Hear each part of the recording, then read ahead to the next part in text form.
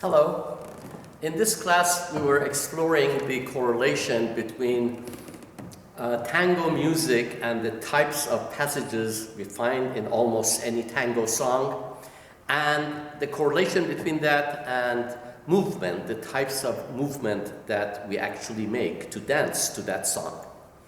But this raises the question, what is movement? Is movement the same as a step? The answer is no.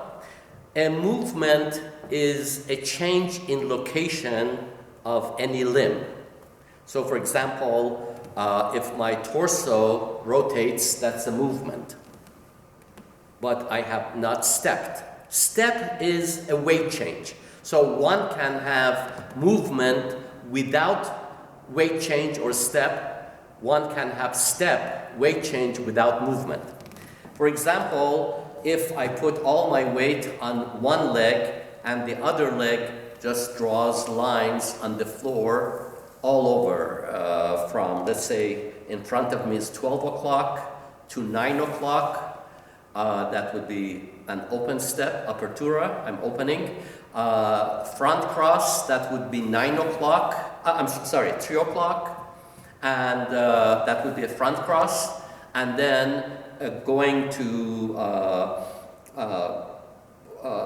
the other hours, like 5 o'clock, 4 o'clock, those would be back cross steps. So I am engaged in movement without taking a step, and vice versa. I can do steps, a lot of steps, and my legs are moving up and down, but not laterally. And so, in a way, I am not moving on the dance floor. I am just shifting weight in place. The conversion factor, so to speak, like in currencies, dollar to yen, dollar to euro, the conversion factor between movement and step is 1 to 2. That is, every step in the normal sense of that word involves 2 movements. So for example, when I take the usual side step, let's say to my left, first there is the weight shift, so this is movement 1, and movement 2 is the collection. Going the other way, movement 1 is the weight change, and movement 2 is the collection. Why collect? Because I arrive in my neutral position, especially as a follower, and I am ready for the next move. If I don't collect, then it would be difficult for the leader to lead me in the next movement. Of course, there are moves where one does not collect on purpose, like this, if this is going to go back, like in a low ballet or something like that. So if the conversion rate between movement and step is 1 to 2, then that raises the question, what if you have 3 movements? How do you handle that? So if you want to have 3 movements in the form of a step, step, collect, this does not work. Step, and I already collected, and what do I do for the third one? The reason this is important is that at the very beginning of the song for tonight, we have this situation. We have 1, 2, 3, and it repeats 1, 2, 3. So I'm going to play this, and you will see exactly what that means.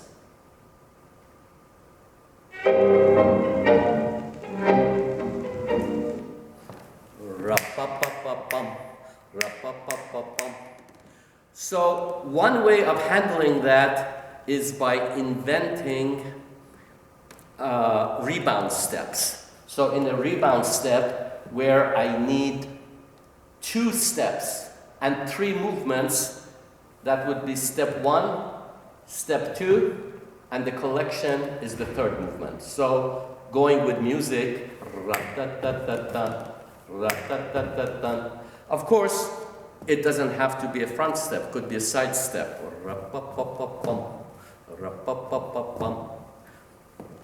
What if we have 3 weight changes and 4 movements? Well, this doesn't work. So what would work is not a check step, but the extension of it, which is a rock step. So a rock step would be,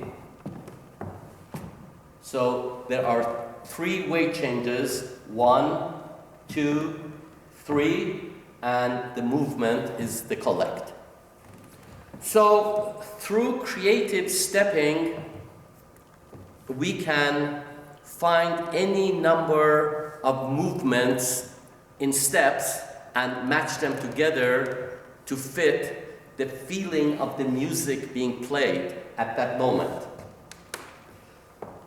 What we did next is we looked at the various types of passages in almost any tango song, and they can be classified from the most rhythmic, sharp, to the most melodic, slow.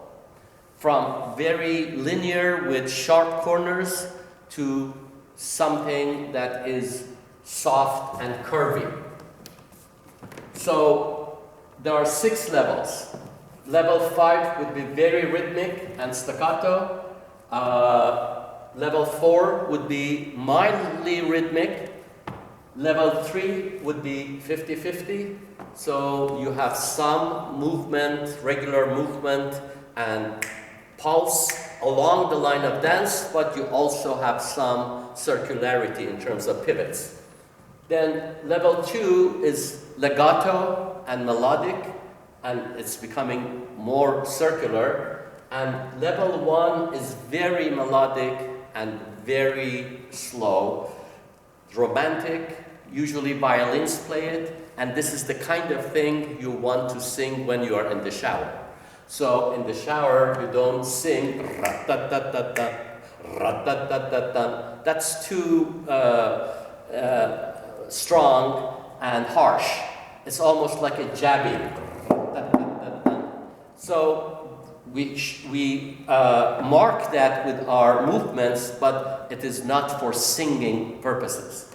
But later, when in the song it says ra, ra, ra, ra, ra, ra, that is very romantic and very melodic, and it fits here.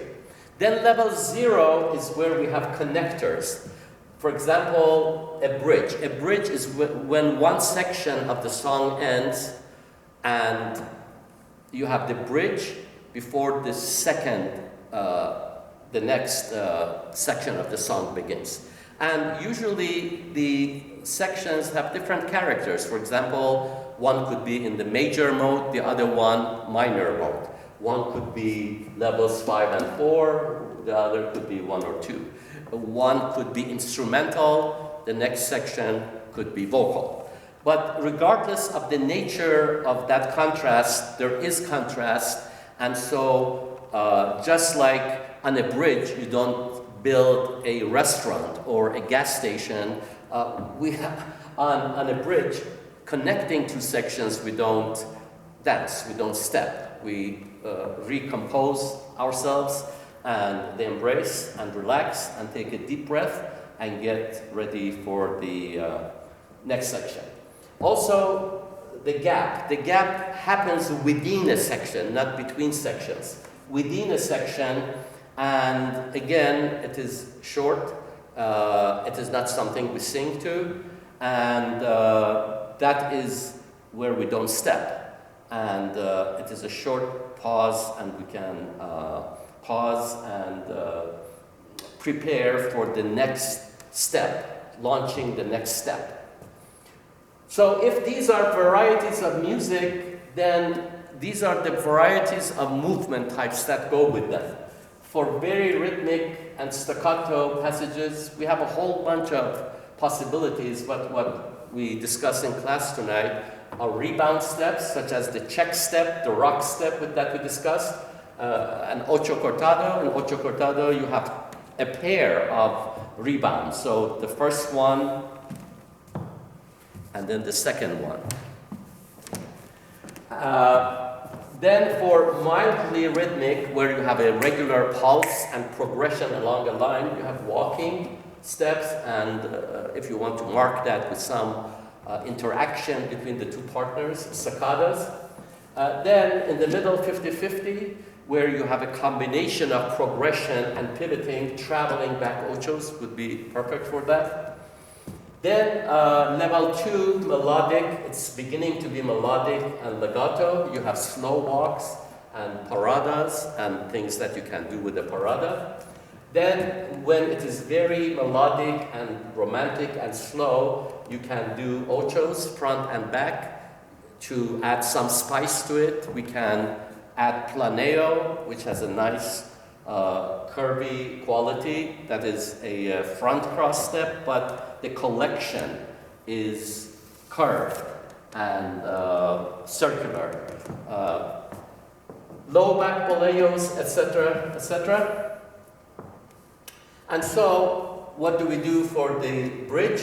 We can pause and we can do embellishments. Remember, embellishments are movements. They are not steps. And for the gap, with preparing for launching the next step. So what we did in this class was play this whole piece section by section, and this is the anatomy of this piece.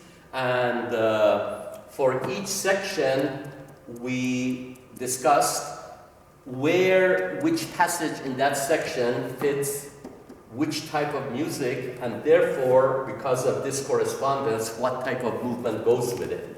And I encourage the students to come up with the types of movements that they felt goes with this type of music. So, and we did rotation, of course. So we had section 1, section 2, section 3, section 4, section 5, and each one analyzed in terms of the types of passage in it and the kind of movement that goes with it, and all that was danced and practiced in this class tonight. Thank you for watching this, and until next week, goodbye.